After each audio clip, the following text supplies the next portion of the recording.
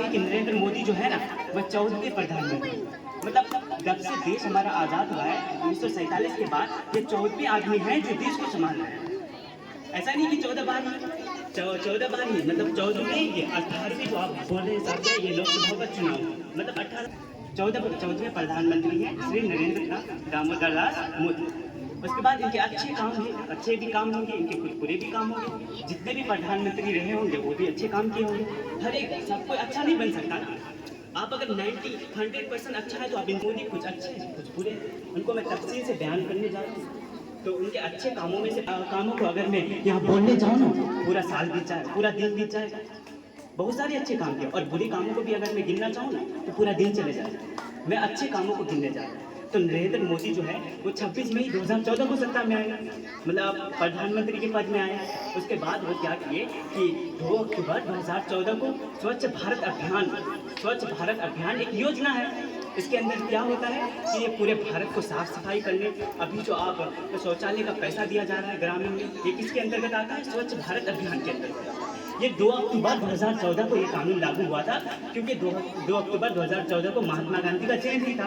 उसी के खुशी पर क्या कर दी, उसी में महात्मा गांधी की जयंती पर ही 2 अक्टूबर 2014 को ये कानून लागू हुआ था। कौन सा कानून है? स्वच्छ भारत अभियान। इसके अंतर्गत पूरे देश को साफ सफाई करने, अभी आप देख रहे हैं कि साफ सफाई कचरा का डब्बा लगा हुआ है, किसके अंतर्गत आता है? हमारे स्वच्छ भारत अभियान के अंतर्गत ये कचरा का जो डब्बा देख रहे हैं, ये क्यों आया? पहले गांव में था क्या कचरा का डब्बा? हम लोग कचरा फेंक रहे थे जहाँ था ना, शहरों में भी नहीं था ऐसा। स्वच्छ भारत अभियान योजना के बाद पूरे देश को सफाई क्यों बनाया गया था, और इससे बहुत ही अच्छा चला। 70% जो है ना, इसका अच्छा परिणाम रहा है। स्वच्छ भारत अभियान का जो है ना 75% अच्छा परिणाम रहा है, मतलब 25% नहीं है तो कोई काम है क्या? GST। क्या होता है GST? Good and service tax. इसका फुल फॉर्म होता है GST। मतलब क्या किया कर, क्योंकि सरकार चलाने के लिए उनको कुछ पैसे चाहिए, तो वो GST लेगा, मतलब हम लोगों से ही पैसा लेगा, फिर वो सरकार चलाएगा, तभी तो देश चलेगा। ऐसे थोड़ी ना वो मांगने जाता है, वो कमाने जाता है नरेंद्र मोदी, उसके पास कहाँ से पैसा आएगा? वो हम लोग से ही लेता है, कि हम लोग को सुविधा देता है। हम लोगों से, जैसे हम बिस्किट खाते हैं, उसमें क्या होता है? टैक्स लगा हुआ रहता है, GST लगा हुआ रहता है। गुड एंड सर्विस टैक्स होता है फुल फॉर्म उसका, किसका? GST का। तो क्या करते हैं ये, इन्होंने क्या किया, GST वाला जो कानून है इसके अंदर क्या क्या है आप जो बोल रहे हैं, तो इसके अंदर उन्होंने क्या किया, जो पूरे देश के लिए ना एक समान कर, मतलब एक समान टैक्स लागू किया। मतलब अगर आप 20 रुपये वाला बिस्किट यहाँ पे खरीदते हैं रैयापुर में, अगर आपको जितना टैक्स यहाँ पे देना पड़ेगा ना, आप गुजरात में जाके लीजिएगा ना, उतना ही टैक्स वहाँ पे देना पड़ेगा उस बिस्किट के लिए। तो नहीं, इन्होंने क्या किया कि एक समान कर लागू किया, पूरे देश लागू किया। मतलब आप जितना टैक्स यहाँ दीजिएगा उतना टैक्स गुजरात में भी दीजिएगा, उतना महाराष्ट्र में भी दीजिएगा, उतना उत्तर प्रदेश में भी दीजिएगा। तो किसान को बहुत ज़्यादा सुविधा मिला, व्यापारी जो थे उनको बहुत ज़्यादा सुविधा मिला, क्योंकि उनको सुविधा हुई कि भाव हम एक बिस्किट बना रहे हैं, उसमें मेरा इतना खर्च हो रहा है, इतना टैक्स लग रहा है, इतना फायदा हो रहा है, और पूरे देश में इसको ले जाके बेचो, जहाँ भी बेचना है मुझे इतना पैसा दे दो। बस सरकार मुझसे पैसा लेता है।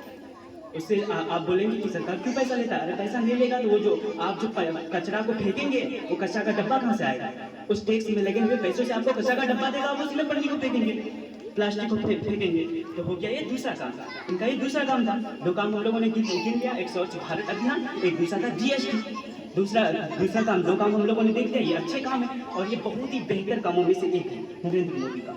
उसके बाद हम लोग आएंगे तीसरा काम क्या है कि डिजिटल इंडिया। नरेंद्र मोदी ने 1 जुलाई 2015 को डिजिटल इंडिया नामक एक कानून बनाया। क्या है ये कानून? क्या है डिजिटल इंडिया? इसको भी समझेंगे हम लोग। क्या नहीं, ऐसी बात नहीं है। अरे क्या अफ्रीका के बहुत सारे देशों में जाइए, आप बोलेंगे क्या जो हम आपको ना वहाँ पे आप रहिए, हम यहाँ से आपको देख सकते, एक थप्पड़ मारेगा आपको। उनको पता ही नहीं है क्या होता है मोबाइल फोन। ये हमारे मतलब इसका मतलब क्या है? इससे क्या साबित हो रहा है कि इसमें हमारी सरकार का भी कोई हाथ है डिजिटल इंडिया लाने का। डिजिटल इंडिया, बहुत सारे आप जो इंटरनेट का यूज कर रहे हैं, इसी काम